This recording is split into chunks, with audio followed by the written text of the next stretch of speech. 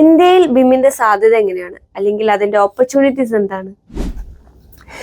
ഇന്ത്യയിലെ ബിം ഓപ്പർച്യൂണിറ്റി എന്ന് പറയുമ്പോൾ നമുക്ക് രണ്ട് പാർട്ടാക്കി തന്നെ കണക്കാക്കാം.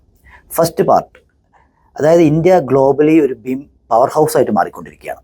ഒരുപാട് develop countries like UK, US, middle east, Singapore ഒക്കെ അവരുടെ ബിം സർവീസ് ചെയ്യുന്നത് ഇന്ത്യയിലൂടെയാണ്. അതായത് ഇന്ത്യക്ക് ഒരുപാട് ഔട്ട്സോഴ്സിങ് ജോബ് ചെയ്യാനുള്ള സാധ്യത അവിടെ ഓപ്പൺ ആണ്. സെക്കൻഡ് പാർട്ട് എന്ന് പറയുകയാണെങ്കിൽ ഇന്ത്യ ഇൻഫ്രാസ്ട്രക്ചർ രംഗത്ത് അവരുടെ ഒരു മുന്നേറ്റം എന്ന് പറയുന്നത് വെരി ഇംപ്രസീവാണ്. ഗ്ലോബലി ഒട്ടും തന്നെ പിന്നോട്ടല്ല ഇന്ത്യ.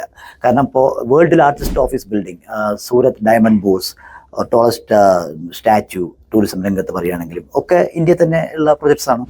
മാത്രമല്ല ഇപ്പോൾ ഗവൺമെൻറ് ഫോക്കസ് ചെയ്യുന്ന പല പ്രൊജക്ട്സും like metro rails, expansion of international airport, അവിടെയൊക്കെ ബിം അതിൻ്റെ മെയിൻ ഫാക്ടറായിട്ട് തന്നെയാണ് നിൽക്കുന്നത്. ഈവൻ ഞാൻ മനസ്സിലാക്കുന്ന ഒരു സ്മാർട്ട് സിറ്റി പ്രൊജക്റ്റ് ഉണ്ട്, സ്മാർട്ട് സിറ്റി മിഷൻ്റെ ഭാഗമായിട്ട് ഉള്ള പ്രൊജക്റ്റ് ആന്ധ്രാപ്രദേശാണെന്ന് തോന്നുന്നു.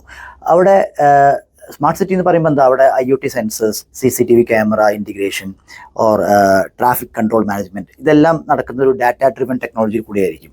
അപ്പോൾ ആ ഡിജിറ്റൽ ട്രാൻസ്ഫോർമേഷൻ എന്ന കൺസ്ട്രക്ഷനിലേക്ക് വരുമ്പോൾ ബിമ്മാണ് എൻ്റെ ഹാർട്ട്. അപ്പോൾ ഇൻ ഷോർട്ട്, ബിമ്മിൻ്റെ ഓപ്പർച്യൂണിറ്റി ഇന്ത്യയിൽ എന്ന് പറയുന്നത് ഫ്യൂച്ചർ അല്ല, ഓൾറെഡി പ്രസൻറ്റ് തന്നെയാണ്. Map your career.